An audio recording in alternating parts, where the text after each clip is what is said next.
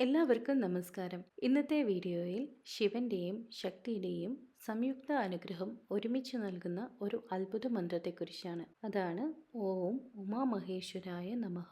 ജീവിതത്തിലെ സകല ദുഃഖങ്ങളും നീങ്ങി സന്തോഷവും ദാമ്പത്യ സൗഖ്യവും ഐശ്വര്യവും നിറഞ്ഞ ഒരു ജീവിതം ആഗ്രഹിക്കുന്നവർക്ക് ഈ മന്ത്രം ജപിക്കാവുന്നതാണ്. പലപ്പോഴും നമ്മൾ ഭഗവാൻ ശിവനെ പ്രാർത്ഥിക്കാറുണ്ട്. എന്നാൽ ശിവന്റെയും ശക്തിയുടെയും അനുഗ്രഹം ഒരുമിച്ച് നമ്മുടെ ജീവിതത്തിലേക്ക് കൊണ്ടുവരാൻ കഴിയുന്ന ഒരു മന്ത്രമാണ് ഓം ഉമാമഹേശ്വരായ നമഃ.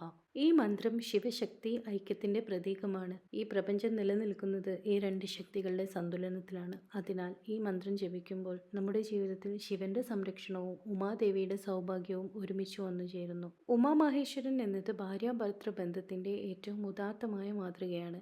ഈ മന്ത്രം ജപിക്കുന്നതിലൂടെ കുടുംബ ബന്ധങ്ങളിലെ പ്രശ്നങ്ങൾ അകറ്റി സ്നേഹവും പരസ്പര വിശ്വാസവും വർദ്ധിപ്പിക്കാൻ സഹായിക്കും. അതുപോലെ തന്നെ വിവാഹം വൈകുന്നവർക്ക് നല്ലൊരു ജീവിത പങ്കാളിയെ ലഭിക്കാൻ ഈ മന്ത്രം സ്ഥിരമായി ജപിക്കുന്നത് അതീവ ഫലപ്രദമാണ്. ശിവഭജനത്തിന് ശനിദോഷങ്ങളെ അകറ്റാനുള്ള ശക്തിയുണ്ട്. ഈ മന്ത്രം ജപിക്കുന്നത് ഗ്രഹദോഷങ്ങൾ കുറയ്ക്കാൻ സഹായിക്കും. സന്താന സൗഭാഗ്യത്തിനായിട്ടും ഈ മന്ത്രം ജപിക്കാവുന്നതാണ്. ജീവിതത്തിൽ തുടർച്ചയായി വരുന്ന കഷ്ടതകളെയും തടസ്സങ്ങളെയും ഇല്ലാതാക്കാനും ഈ മന്ത്രം ജപിക്കുന്നതിലൂടെ നിങ്ങൾക്ക് സാധിക്കും. എല്ലാത്തരം ഐശ്വര്യങ്ങളെയും നമ്മുടെ വീട്ടിലേക്ക് ക്ഷണിച്ചു വരുന്ന ഒരു കാന്തിക ശക്തി ഈ മന്ത്രത്തിനുണ്ട്. ഉമാദേവി ഐശ്വര്യത്തിന്റെ രൂപമാണ്. അതിനാൽ സ്ഥിരമായ ജപം ധനപരമായ ബുദ്ധിമുട്ടുകൾ മാറ്റി ജീവിതത്തിൽ സമൃദ്ധി കൊണ്ടുവരും. ഭൗതികമായ കാര്യങ്ങൾക്കപ്പുറം ഈ മന്ത്രം ജപിക്കുന്നത് ആത്മീയമായ ഉന്നതിക്കും മോക്ഷപ്രാപ്തിക്കും സഹായിക്കുന്നു. ഈ മന്ത്രം തിങ്കളാഴ്ചയോ പ്രദോഷ ദിനത്തിലോ ജപിച്ചു തുടങ്ങാവുന്നതാണ്.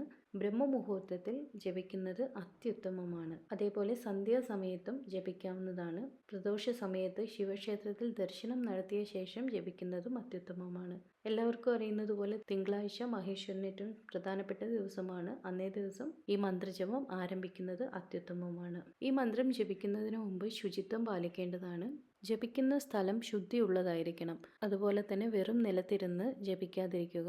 കിഴക്കോട്ടോ വടക്കോട്ടോ തിരിഞ്ഞിരുന്ന് ജപിക്കുക. കുളിച്ച ശേഷം ശുദ്ധിയുള്ള വസ്ത്രം ധരിക്കുക. നിങ്ങൾക്ക് സാധിക്കുമെങ്കിൽ രുദ്രാക്ഷം കൊണ്ടുള്ള മാല ഉപയോഗിച്ച് 108 തവണ ജപിക്കുന്നത് വളരെ ഉത്തമമാണ്. ഒരു കാരണവശാലും ജപിക്കുന്നതിന് മുമ്പ് ശരീരം, വസ്ത്രം, ഇരിക്കുന്ന സ്ഥലം എന്നിവയൊന്നും അശുദ്ധമായിരിക്കരുത്. അതുപോലെ തന്നെ മന്ത്രം തിടുക്കത്തിൽ ജപിക്കരുത്. ഓരോ വാക്കുകളും അതിന്റെ പൂർണ്ണമായ ഉച്ചാരണത്തോടെ സാവധാനം പറയുക. ജപം തുടങ്ങിക്കഴിഞ്ഞാൽ അത് പൂർത്തിയാകുന്നതുവരെ സംസാരിക്കരുത്. അതുപോലെ തന്നെ മന്ത്രത്തിന്റെ അർത്ഥത്തിൽ ശ്രദ്ധിച്ച് ഉമാമഹേശ്വര രൂപത്തിൽ മനസ്സുറപ്പിക്കുക.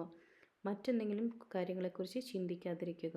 അതുപോലെ തന്നെ എല്ലാ ദിവസവും ഒരേ സമയത്ത് ജപിക്കാൻ ശ്രദ്ധിക്കുക. ഇപ്പം നിങ്ങൾ രാവിലെയാണ് ജപിക്കുന്നതെങ്കിൽ ആ ഒരു സമയത്ത് എല്ലാ ദിവസവും ആ സമയത്ത് ജപിക്കാൻ ശ്രദ്ധിക്കുക. വിശ്വാസമാണ് ഏറ്റവും പ്രധാനം.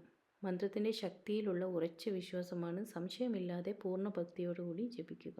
11, 21, 51, 108 തവണകളായി ജപിക്കാവുന്നതാണ്. സന്തോഷവും സമാധാനവും നിറഞ്ഞ ഒരു ജീവിതം എല്ലാവർക്കും ആശംസിക്കുന്നു. ഈ വീഡിയോ ഇഷ്ടമായാൽ ഒന്ന് ലൈക്ക് ചെയ്യണേ.